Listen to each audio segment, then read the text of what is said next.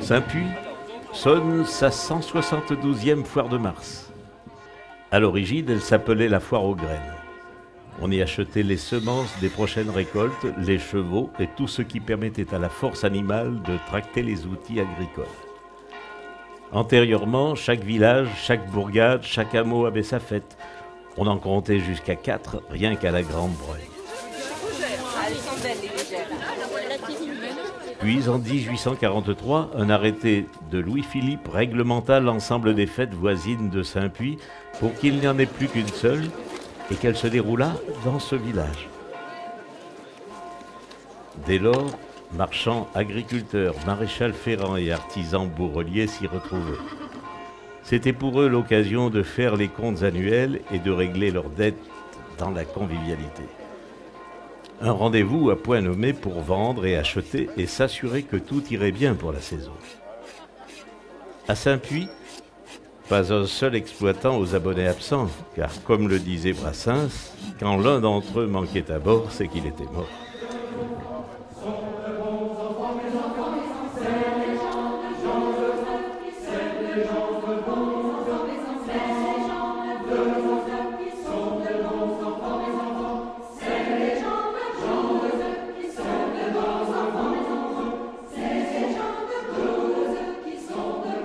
Alors là, c'est ce qu'on appelle chez nous une cassonade. Et en fait, c'est une vergeoise. C'est le premier jus de la betterave qu'on récupère avant de faire le sucre. Oui. Tout ça mélangé avec du beurre, une petite pointe de caramel et quelques petits ingrédients dont je ne vous dirai pas le secret. Il y a toujours un secret.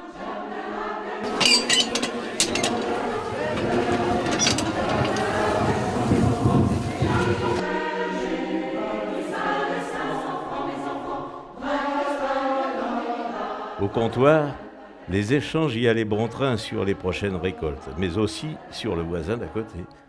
Ce jour-là, on rigole et on vide son sac à qui veut bien l'entendre, autour d'une bonne table et de quelques chants traditionnels, grand rituel dont la Bourgogne est friande. Les amitiés se renouent comme si l'heure de l'Angélus les avait rassemblées. L'agriculture, ça ne doit pas être seulement un moment de communication pour les candidats à la présidence de la République qui viennent faire le tour de BFM TV, d'ITélé et de LCP pour, comme on dit, tâter le cul des vaches, serrer des mains et se faire prendre en photo au moment du salon de l'agriculture. Non, l'agriculture, c'est un dossier, c'est des gens, c'est un sujet sérieux. Et j'ai un message à faire passer à l'intention de la population, de toute la population, y compris de la population qui n'est pas directement issue du monde agricole. Encourageons les jeunes qui s'installent. Je l'avais promis aux jeunes agriculteurs que j'ai rencontrés ces jours-ci, je veux dire publiquement le soutien du député et de l'ensemble des élus de la Puisée. Merci à tous, bonne foire. Jean-Marie, tu as ainsi donné de ton temps, de ton énergie, de ton savoir-faire à la commune pendant 36 ans. C'est pourquoi monsieur le préfet n'a fait aucune difficulté pour signer l'arrêté que le conseil municipal lui a soumis afin de te conférer l'honorariat.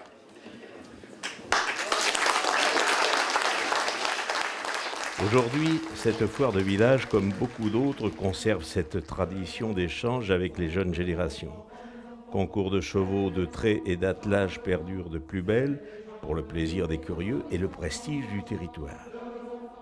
Plaisir, mais aussi prétexte d'un lien social et convivial entre les habitants, comme le souligne avec délectation Xavier Parent, maire du village. En effet, la foire a renoué cette année avec le succès, sous l'œil attentif, de Marie-Noël Marlin, présidente du comité des fêtes de Saint-Puy et d'une dizaine de bénévoles. Vive la 173e foire de mars.